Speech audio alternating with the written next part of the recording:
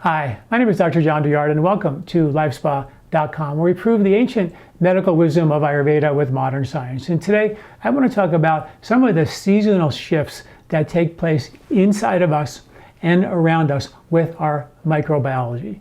Did you know that the air has microbes in it? And did you know that the air and the microbes in the air are changing dramatically from one season to the next? They did a 7-year study at high altitude, and they measured the bugs that were kind of coming in and out of this equipment. And they found that the bugs were dramatically changing from one season to the next. So they found that in the wintertime, when you go into the forest, there was a significant amount of microbiology that you could get in the wintertime that you couldn't get in the city, because it's a completely different microbiome from a seasonal perspective.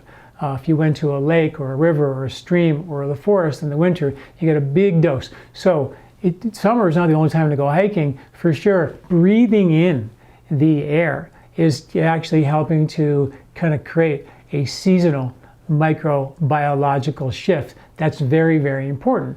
We also know that our foods are changing dramatically from one season to the next. The hunter-gatherer studies with the Hadza tribe found that their bugs change dramatically from one season to the next. Other studies show that in the summertime, when we eat naturally more produce and complex carbohydrates, we have specific carbohydrate digesting bacteria that increase inside of us during those months.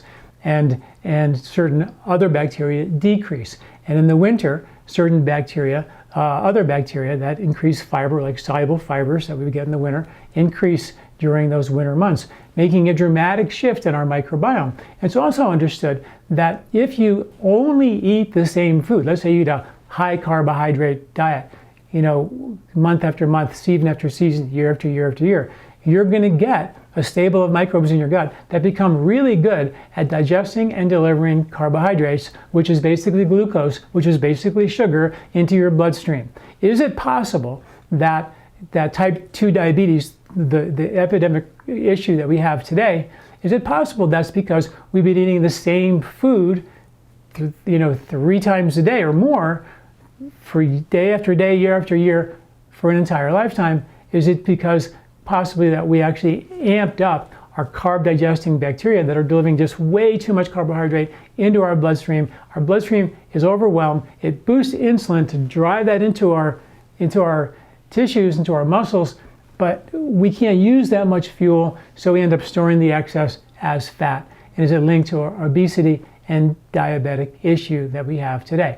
Well, there's good science to say that is very, very real, and that diabetes is in fact a microbiological issue that can be changed. Now, the elephant in the room, in my mind, has been, well, doesn't it make sense that these bacteria are shifting dramatically from winter to summer to spring?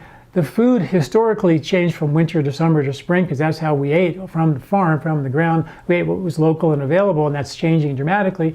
Doesn't it make sense that many of these Circadian Medicine issues, which is Nobel Prize-winning science, is in fact due to our disconnect from these natural rhythms and how important that is? Not to mention we spray the food with bug killers, which then takes away that information from our body and our genetic code. It's also known that there's a process called horizontal gene transfer.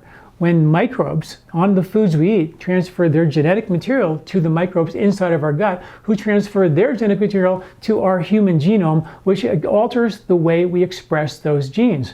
It's sort of like, hey, if they keep spraying glyphosate on all my food, then I'm going to make sure that glyphosate message gets into the human genome so they can somehow figure out, hopefully before it's too late, that glyphosate is bad and you better genetically adapt to that thing, because that's what's happening. Well, now they know that that's a very, very real thing. This is new science, and that's how we do it.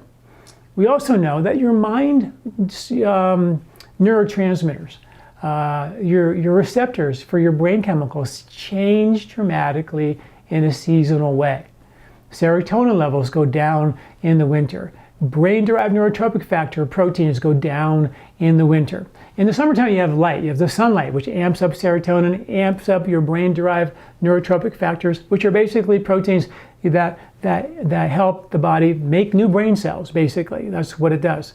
And you get plenty of that from the sun in the summer, but in the winter, people have issues with their mood and their mental focus and their clarity, and because we don't have the sun. But nature made sure that we had you covered, and they gave us foods like fish oils, which amp up the BDNF, the brain-derived neurotrophic factors. Roots like root vegetables like turmeric and bacopa and ashwagandha, all fall harvested, winter eaten Ayurvedic herbs, and some of the only ones that have been proven to amp up brain-derived neurotropic factors, which I think is just amazing. And they're again fall harvested for winter eating, exactly when the science shows that our brain-derived neurotropic factors and our serotonin levels are low, and we have that seasonal affective disorder thing where people don't feel quite as happy during the winter months, but nature had a plan because there's not as much sun. Here's nature's sort of hack to make sure that we could keep ourselves stable. Foods like cheese and nuts and seeds and chickpeas harvested in the fall for the winter eating. All of these are serotonin boosters that have been shown to support the levels of serotonin that naturally decrease in the winter months. So kind of really interesting. The air changes from season to season. Our gut bugs change from season to season. Our ability to digest certain foods with different gut bugs change from season to season. Our neurotransmitters change from season to season. We have amylase, an enzyme that we acquired millions of years ago to digest starch. It increases in your body and mind. Guess when? In the summer, end of summer months, when the starches and the tubers and the grains and the wheat is being harvested, and it then decreases in the spring, in the winter and spring, when we don't have those, in early summer, when we don't have those starches available. How cool is that? How completely locked into seasonal eating are we? And then we have this thing called horizontal gene transfer, which the new science is showing that it actually is transferring information not just from the microbes in our foods to the microbes in our gut to our human genome, but actually from the food genetics to our microbes in our gut to our genome. It's almost like our gut bugs are these little Velcro, like super, like stick on me because I want to know what's out there, because that's how everything we eat is sort of reflecting of what's going on out there in that world. And you eat it, it Velcros and sticks to your other bugs in your gut, your core bugs, microbes, and then they send messages to us. And they have found that horizontal gene transfer comes from lifestyle changes, refined foods, seasonal eating, as well as diet, exercise, and many other factors. So it is a very, very real, very new understanding. But it's so cool because it's something that Ayurveda talked about for thousands of years.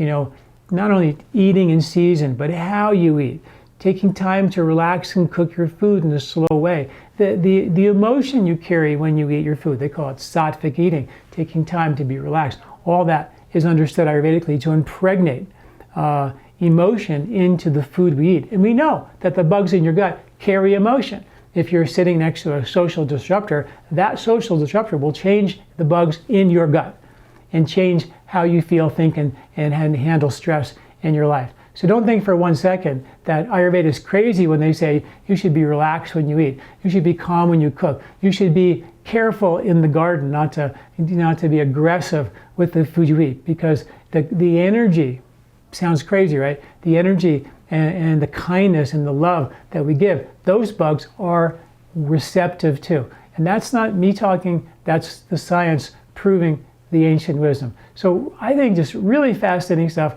This is now the world of Nobel Prize-winning Circadian Medicine. So all this really cool science is coming out saying, hey guys, we really got to get connected, which is why I wrote my 3-season diet book, and of course nobody really read it.